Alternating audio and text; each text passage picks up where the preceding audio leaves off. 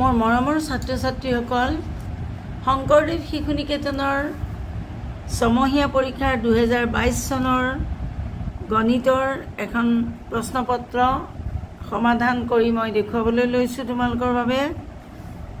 আশা কৰোঁ আটাইয়ে তৃতীয় শ্ৰেণীৰ সকলো ছাত্ৰ এই ভিডিঅ'টো চাবলৈ লৈছা। আৰু এতিয়া মই তোমালোকক প্ৰশ্নপত্ৰখন তোমালোকে পৰীক্ষাত কেৱল উত্তৰ লিখিবা, কিন্তু তোমালোকৰ সুবিধাৰ বাবে মই প্ৰশ্নপত্ৰখন লিখি দিছোঁ। অৰ্থাৎ চোৱা, এই প্ৰশ্নপত্ৰখন 100 নম্বৰৰ কাৰণে বনোৱা হৈছে। 3 ঘণ্টা সময় দিয়া হৈছে। প্ৰথম প্ৰশ্নটো হৈছে চমু উত্তৰ দিয়া। 1কৈ 5 নম্বৰ আছে, 5টা অংক। ক, খেৰ দিয়া অংকৰ স্থানীয় মান লিখা। যিটো ৰঙাৰে গোল কৰি থোৱা আছে সেই সংখ্যাটোৰ স্থানীয় মান দিব লাগে। এতিয়া চোৱা, 1, 10, 100, 1000। সোঁহাতৰ পৰা গন্তি কৰি আনা 1, 10, 100, 1000। 2000, তাৰমানে এইটো 1000, 2000 হ'ব ইয়াৰ স্থানীয় মান। তাৰপিছত খালী ঠাই পূৰ কৰা দিছে 301, 303, 305। 1টো দিছে, 2টো নাই দিয়া, দেখিছানে? 3টো দিছে, 4টো নাই দিয়া, 5টো দিছে, 6টো নালাগে। এতিয়া আমি ইয়াত লিখিম 307। এয়া আমি তলত লিখি দেখুৱাইছোঁ। 301, 302 নাই, 3 আছে, 4 নাই, 5 আছে, 6 নাই, 7 আছে। এতিয়া 50ক 3ৰে পূৰণ কৰিলে কিমান হ'ব? 50ক 3ৰে পূৰণ কৰিলে 300, 3 5 গুণ 15, 150। তাৰপিছত 3টা স্থানত লিখিব পৰা আটাইতকৈ ডাঙৰ সংখ্যাটো লিখা। 3টা স্থানত লিখিব পৰা আটাইতকৈ ডাঙৰ সংখ্যাটো হ'ল, আটাইতকৈ ডাঙৰ অংকটো হ'ল 9। আমি 0ৰ পৰা 9লৈকে 10টা অংক বুলি ধৰোঁ। গতিকে আমি আটাইতকৈ ডাঙৰ অংকটো হ'ল 9। গতিকে 3টা স্থানত লিখিলে 999 লিখিব লাগিব। আৰু যদি তোমালোকক সোধে যে সৰু সংখ্যাটো লিখা, তেতিয়া তোমালোকে লিখিব লাগিব 100। কিন্তু তোমালোকক যিহেতু ডাঙৰ সংখ্যাটো, আটাইতকৈ ডাঙৰ সংখ্যাটো বিচাৰিছে, গতিকে আমি 999 লিখিম দেই। তাৰপিছৰ প্ৰশ্নটো চোৱা, 60 সংখ্যাটো যুগ্ম সংখ্যা কাক কয়? 2ৰে যাক হৰণ কৰিব পাৰি, নহয় জানো? তেতিয়াহ'লে 2 3 গুণ 6, 2 3 60। গতিকে এই 60টো যুগ্ম সংখ্যা। যদি এই 60টো 60 নহয় 61 হ'লহেঁতেন, তেতিয়া কিন্তু অযুগ্ম হ'লহেঁতেন, কাৰণ সেইটো 2ৰে হৰণ কৰিব নোৱাৰি। তাৰপিছত উত্তৰ লিখা। সেইটো চোৱা, আখৰেৰে লিখিবলৈ দিছে 8 9 2 7। 8 9 2 7, 1 10 100 1000। গতিকে 8টো 1000ৰ ঘৰত আছে, 8000। 9টো 100ৰ ঘৰত আছে, গতিকে 900। আৰু এইটো 27 হ'লনে? তাৰপিছৰ অংকৰে লিখিবলৈ দিছে 5,12,650। এতিয়া 50 হ'লে 0 এককৰ ঘৰত, দশকৰ ঘৰত 5 হ'ব। তাৰপিছত 100ৰ ঘৰত 600 কৈছে নহয়, 6। তাৰপিছত 12,000 লিখিলা। তাৰপিছত 5 লাখ। তাৰমানে 1 10 100 1000 অযুত লাখ। এতিয়া 1 অযুত বুলি নকৈ 12,000 বুলি কৈছে। গতিকে আমি এনেদৰে এটা কমা দিব লাগিব ইয়াত দেই। তাৰপিছত পূৰণৰ চিন ব্যৱহাৰ কৰি উত্তৰ উলিওৱা।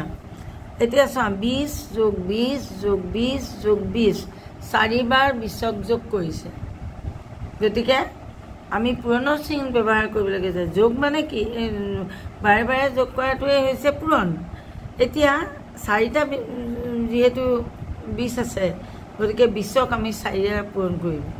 20ক 4ৰে পূৰণ কৰি দিলে উত্তৰ হ'ব 80। এতিয়া এনেকৈ চোৱাচোন, 0 0 0 0, 2 2 4 4, 2 6 6, 2 8 একেটাই উত্তৰ। গতিকে 20 4 গুণ 8, 80। 4 20 80। গতিকে আমি এনেদৰে কামটো কৰিব পাৰোঁ। তাৰপিছত খৰকৈ পূৰণ কৰা। খৰকৈ পূৰণ কৰাটো 45 পূৰণ 45, আমি কি পাম 2025 এটো তোমালকে নিজে কৰি চাবা তাৰ পিছত 30ক 5ৰে হৰণ কৰিলে কিমান থাকিব 5ৰ নেউটা ভাগ গোৱা 5 × 5 5 × 2 = 10 5 × 3 = 15 5 × 4 = 20 5 × 5 = 25 5 × 6 = 30 গতিকে উত্তৰ হ'ব 6 তাৰ পিছত এটো যোগ কৰা চোৱা এই যোগ কৰা অংকটো চাবা দেই লাইন কিটা একদম পূৰ্ণ হ'ব লাগে নহলে অংকটো ভুল হয় 9 9 পাছে 14 15 16 17 18 19 20 21 21ৰ 1 2 আমি হাতে ধৰিলো 2 দেই 2 আমাৰ বাকি থাকিল 2 বাকি থাকিলে এতিয়া 1 8 9 9 6 15 16 17 17 7 আকৌ 1 থাকিলে তাৰ পিছত 3 2 5 1 6 এটোই হল উত্তৰ হ'ব গতিকে আমি ইয়াতে এনেকে উত্তৰ সমুকে লিখিবা উ 6 7 1 আন্ডাৰলাইন কৰি দিবা বাস হৈ গল এতিয়া বিয়োগ কৰা দিছে চোৱা 5ৰ 0 গল 5 0 মানে একো নাই যোৱা গতিকে 5এ থাকিব 3 পৰা 8 না যায় ইয়াৰ পৰা 1 ধাৰ ললো 13 হল 13 8 গল থাকিল 8 8 গল থাকিল 0 9 8 গল থাকিল 1 10 8 গল থাকিল 2 11 8 গল থাকিল 3 12 8 গল থাকিল 4 13 8 গল থাকিল 5 এসেতে ইয়ালে যেহেতু 1 নিলু গতিকে ইয়াত 3 থাকিল 3 2 গল থাকিল 1 তে উত্তৰ হ'ব আকৌ এনেকে উ 1 5 155 তাৰ পিছত এটো চোৱা 0ৰ পৰা 2 নে যায় গতিকে 8ৰ পৰা 1 ধাৰ কৰিলো ইয়াত হৈ গল 10 10ৰ 2 গল থাকিল 8 তেতিয়া হলে ইয়াত থাকি গল কিমান 7 এক ললো ন আমি 7ৰ 4 গল থাকিল 3 তাৰ পিছত আকৌ 0ৰ পৰা 3 নে যায় গতিকে আমি ইয়াৰ পৰা 1 লৈ ললো 10 হল 10ৰ 3 গল থাকিল 7 3 3 গল থাকিল 0 4 3 গল থাকিল 1 5ৰ 3 গল থাকিল 2 6 3 গল থাকিল 3 7ৰ 3 গল থাকিল 4 8ৰ 3 গল থাকিল 5 9ৰ 3 গল থাকিল 6 10ৰ 3 গল থাকিল 7 আৰু ইয়াত হ'ব গৈ 1 যেহেতু আমি 1 এটা ইয়ালে লৈছি গতিকে উত্তৰ হ'ব আমাৰ 1738 এইটো এই যে 4 যোগ 4 দেখিছা এই দুটা অংকত 4 4 আছে তাৰ মানে তাৰ পিছত এতিয়া পূৰণলৈ আহাম 8 9 গুণ 72 72ৰ 2 72ৰ 2 উকলিলে 7 আমি এইখিনতে এক্সট্ৰাকে সাইডত অকণমান জায়গা ৰাখিব পাৰো পেন্সিলে ৰাস্তানি 9 8 গুণ 72ৰ 2 কৰিব 7 8 2 গুণ 8 0 0 8 0 0 0 লগত 7 যোগ দিলে 7 হ'ব 8 2 গুণ 16 তে উত্তৰ হ'ব 1672 আকৌ এবাৰ চাই লবা এনেকুৱা অংকবোৰ আকৌ এবাৰ চাই লবা য'ত ভুল হোৱাৰ চান্স থাকে 8 9 গুণ 72ৰ 2 কৰিব 7 8 0 7 8 2 গুণ 16 বাস তাৰ পিছত এইটো দুখৰীয়া 8 5 গুণ 40 40ৰ 0 ইয়াত থাকিলে 4 5 7 গুণ 35 36 37 38 39 তাৰ পিছত এই তিনিটোৰে 3 8 গুণ 24 এইটো 0 হ'ব 3ৰে কৈছা গতিকে এইটো ঘৰত প্ৰথম লিখিম আমি দেই 24ৰ 4 কলিবৰ 2 তাৰ পিছত 3 7 গুণ 21 22 23 23ৰ 3 ইয়াত 2টো বাহিৰলৈ গুচি আহিব তে উত্তৰটো চাচোন 0 0 0 9 4 13 13 3 কলিবৰ 1 3 3 6 7 2 তে উত্তৰ হ'ল 2730 হৈ গ'ল এতিয়া ইমানলৈকে হ'ল তাৰ পিছৰখিনি আমি চাম এটা আমাৰ এইখিনিতে অকণমান খেলিমেলিটা হৈছিলে এয়া হৰণ কৰা এইটো হৰণ কৰা 6ৰে 480 কৰিব লাগে 6ৰে 4ক নাযায় গতিকে 6ৰে 48ক ধৰিব লাগিব 6 8 গুণ 48 6 গুণ 6 7 গুণ 12 7 গুণ 10 6 4 24 6 5 গুণ 30 6 6 গুণ 36 6 7 গুণ 42 6 8 গুণ 48 8 আৰু এই শূন্যটোতে থাকিলে ই ওপৰলৈ গুচি যাব এতিয়া তোমালোকৰ অংকটো হৈছে নে নাই তোমালোকে চাব পাৰা কেনেকৈ চাব পাৰা চোৱা এনেকৈ তোমালোকে আঁচডাল পেস্কেলেৰে টানি ল'বা পৰীক্ষাৰ বহীটো তেতিয়া কি হ'ব তোমালোকে যদি 80ক 6ৰে পূৰণ কৰি দিয়া তেতিয়াহ'লে যদি এই সংখ্যাটো ওলাই যায় তেতিয়াহ'লে শুদ্ধ 6 0 0 6 8 গুণ 48 হয়নে এইটোও 480 এইটোও 480 তাৰমানে তোমাৰ অংকটো শুদ্ধ হৈছে উত্তৰ হ'ব ভাগফল 80 এইটো ভাগফল বুলি কয় তাৰপিছত 7ৰে 357 7 গুণ 7 7 দুগুণ 14 7 3 গুণ 3 নাযায় গতিকে 35ক ধৰিব লাগিব 7 5 গুণ 35 35 গুণ 7 গুণ 7 হৈ গ'ল এতিয়া 51ক 7ৰে পূৰণ কৰি চোৱাচোন 7 গুণ 7 7 5 গুণ 35 হ'লনে 357 ইয়াতো ওলাইছে ইয়াতো ওলাইছে তাৰমানে তোমাৰ অংকটো শুদ্ধ উত্তৰ হ'ব 51 হৈ গ'ল তাৰপিছত 100তকৈ সৰু 3টা যুগ্ম সংখ্যা লিখা যুগ্ম মানে মই আগতে কৈছোঁ 2ৰে হৰণ কৰিব পৰা সংখ্যা 100তকৈ সৰু হ'লেই হ'ল গতিকে 100তকৈ সৰু হ'লে আমি লিখিম 98 এটা চোৱা 2 4 গুণ 8 18 থাকিল 2 9 গুণ 18 হৈ গ'ল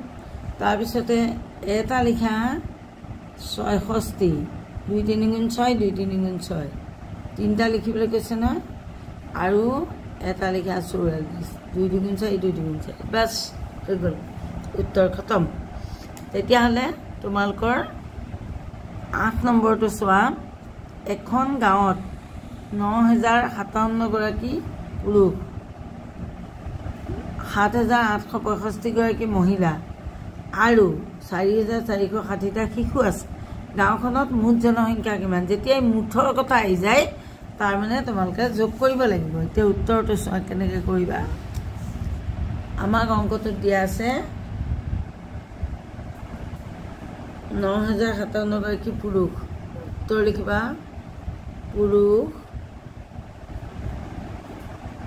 9057 গৰাকী মহিলা মহিলা কিমান 7865 7865 গৰাকী তাৰপিছত শিশু কিমান আছে 4460টা 4460টা শিশু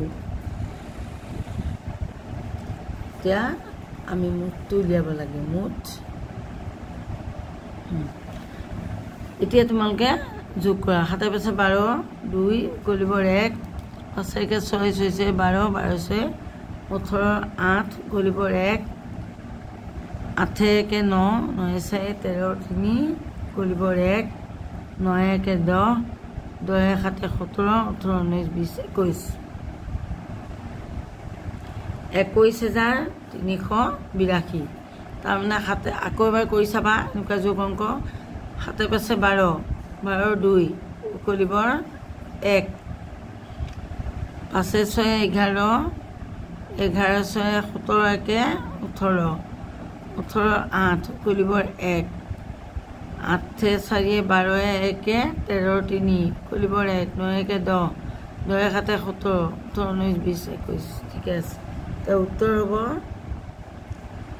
21382 জন 21382 জন তাৰপিছতে আহিলে 3 7 8 1 এই অংককেইটাৰে লিখিব পৰা আটাইতকৈ ডাঙৰ সংখ্যাটোৰ পৰা সেইকেইটা সংখ্যাৰে লিখিব পৰা সৰু সংখ্যাটো বিয়োগ কৰা এতিয়া সংখ্যা হৈছে 3 7 8 1 3 7 8 1 ডাঙৰটো কেনেকৈ লিখিবা চোৱা চবতকৈ ডাঙৰটো উলিয়াবলৈ হ'লে চবতকৈ ডাঙৰ সংখ্যাটো লোৱা কি হ'ব এনেকৈ 8 তাৰপিছত আহিলে 7 তাৰপিছত আহিলে 3 তাৰপিছত আহিলে 1 আটাইতকৈ সৰুটো হ'ল 1 একে দি আৰম্ভ কৰা তাৰপিছত কি হ'ব 3 তাৰপিছত কি হ'ব 7 তাৰপিছত কি হ'ব 8 সৰুৰ পৰা ডাঙৰলৈ এইটো তাৰপিছত এতিয়া বিয়োগ কৰা 11 7 8 গ'ল থাকিল 3 2 থাকিলে 2 এইটো চোৱা 11 8 1 থাকিলে নাযায় 8 গতিকে 11 8 গ'ল থাকিল 3 এতিয়া ইয়াত থাকিলে 2 2 থাকিলে 7 নাযায় গতিকে ইয়াৰ পৰা আকৌ 1 আনিলোঁ 12 হ'ল এতিয়া 12 7 গ'ল থাকিল 5 12 7 গ'ল থাকিল 5 তাৰপিছত আকৌ ইয়াত 1 নিয়াৰ কাৰণে ইয়াত কমি গ'ল ইয়াতে কি হ'ব 6 6 3 গ'ল থাকিল 3 তাৰপিছত 8 গ'ল থাকিল 7 এতিয়া উত্তৰ হ'ব 8353 এতিয়া ইমানলৈকে মই 10 নম্বৰলৈকে কৰি দিওঁ দেই এখন চকী আৰু এখন মেজৰ দাম 1200 টকা দুইটাৰ দাম কিমান 1200 টকা চকীখনৰ দাম হ'ল 480 টকা ইয়াৰ তলত 480 টকা মেজখনৰ দাম তেতিয়াই ওলাই পৰিব 0 0 10 8 গ'ল থাকিল 2 11 4 গ'ল থাকিল 7 তাৰমানে 720 টকা মেজৰ দাম